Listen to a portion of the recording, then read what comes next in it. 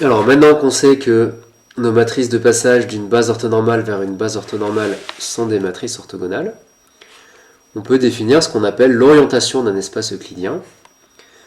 Alors ça, on va en avoir besoin quand on va pouvoir parler de rotation. Il faut dire dans quel sens on tourne. Intuitivement, vous en avez parlé quand vous avez vu le cercle trigonométrique.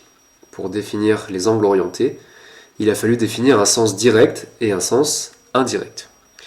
Donc là, cette définition qui était dans R2 avec la base canonique, on veut pouvoir la faire dans n'importe quel espace euclidien, dans n'importe quelle dimension. Donc on a forcément une définition un peu abstraite.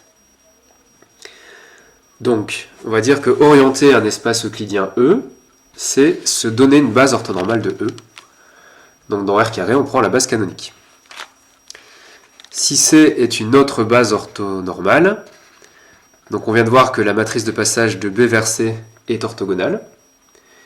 Et donc, on a vu qu'il y a deux cas, soit le déterminant vaut 1, soit le déterminant vaut moins 1. Si le déterminant vaut 1, c'est-à-dire si cette matrice de passage est dans le groupe spécial orthogonal, on va dire que C est une base directe. C'est-à-dire que on va tourner dans le même sens que notre base de référence.